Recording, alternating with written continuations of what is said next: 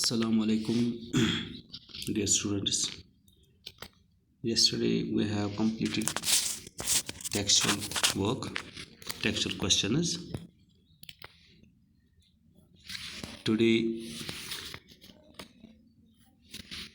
we are going to do language work. Look at the following example. Here is an example. Whatever water I get from the clouds, rivers and streams. This example, बल्कि यह sentence. In the lesson, the following words complete the sentence. This sentence is adhura sentence में incomplete. बनकन च अत बेति की words यम सतन ये complete गसान ची sentence.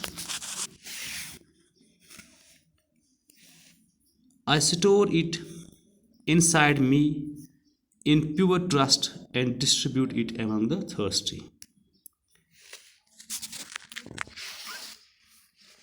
तो yes याद पेमुत ये आंसर दुत earthen winds.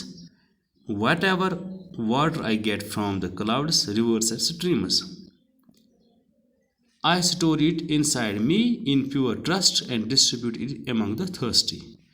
Complete meaning yus ye earth yatut yat example yus pet kan example chi yus sentence ch pani kath ch wanan yim kath mukammal karne khatir ch bekin ये word इस्तेमाल करमित यतत तो अच complete meaning हासिल गसान. This is an example of a filler.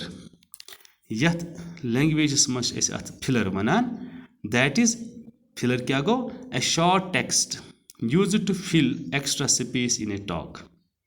यह सो short text आसान use इस fill करान च इस extra space कथ मज कथ गुफ्तगूस दौरान आसान च ऐसे बेत की वनुन या sentence मुकम्मल करुन ताकि ऐस mail complete meaning image to complete its meaning like image meaning ऐसे complete. Now choose the appropriate filler for each of the following from the given options. Yet ch bunkain as yum sentence dit पांच options at से ताकि यम च appropriate filler im साथ इस यात this करो कि हम complete गस image meaning तो ये करुन इस complete option च at सोर दित.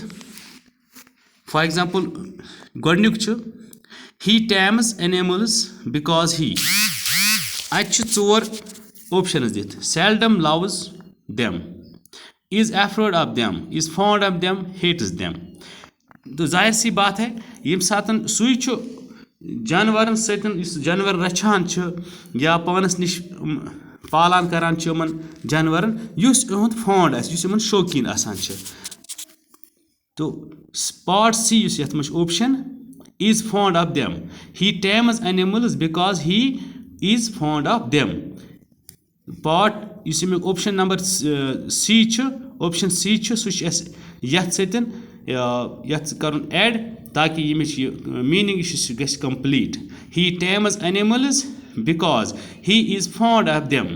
He tames animals because he is fond of them. Okay. Now second one is he is so lazy that he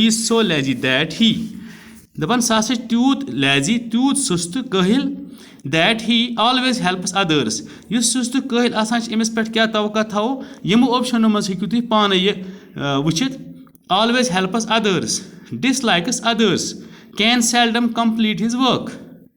Yasa ud lazy ki sasa D option ch cannot delay his work.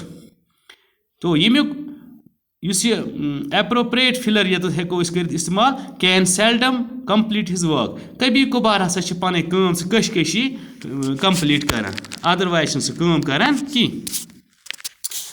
Part number 3, whichever way you approach the problem, use ते problem छी अत पे use ते कम वत्स अपनावनच कोशिश करक पत छ option 4 दित no one will solve it चूंकि अप्रोच करान ये प्रॉब्लम यम सज कह ना दीन अत सॉल्व करने it will not solve it will not be solve यह गस सॉल्व यह हेक न गसित it will not be solve यह गसी न सॉल्व तो it option number 2 B part अत मज इट विल नॉट सॉल्व कि यह गसी न सॉल्व कि which ever way you approach the problem it will not solve okay यह राइट एप्रोप्रिएट फिलर अत सतन यही एड कर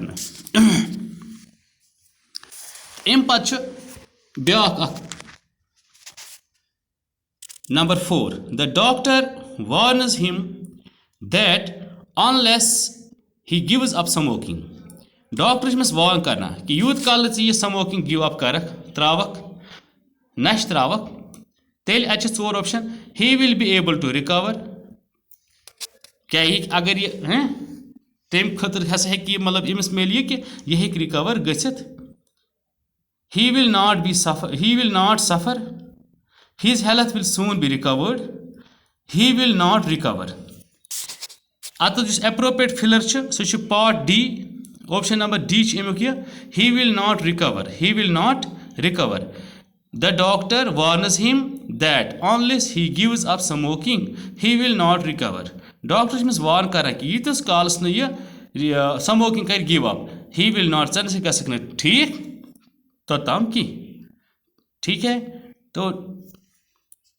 डियर स्टूडेंट्स यम आज यह लैंग्वेज वर्क कर आज स्टार्ट ये मज पोर आज फिलर्स मुतलिक कित पे करान गसान यम सतन एप्रोप्रिएट फिलर इस्तेमाल अत मज करान सेंटेंसस मज ताकि यह सेंटेंस या एक्स्ट्रा कत बातचीत गुफ्तगू आसान यह गसान अमिच मीनिंग कंप्लीट गसान अम सतन इंशाल्लाह पगह करो बे तह सतन मुलाकात ब्या टॉपिक हकत तब तम दियो इजाज़त अल्लाह हाफिज़।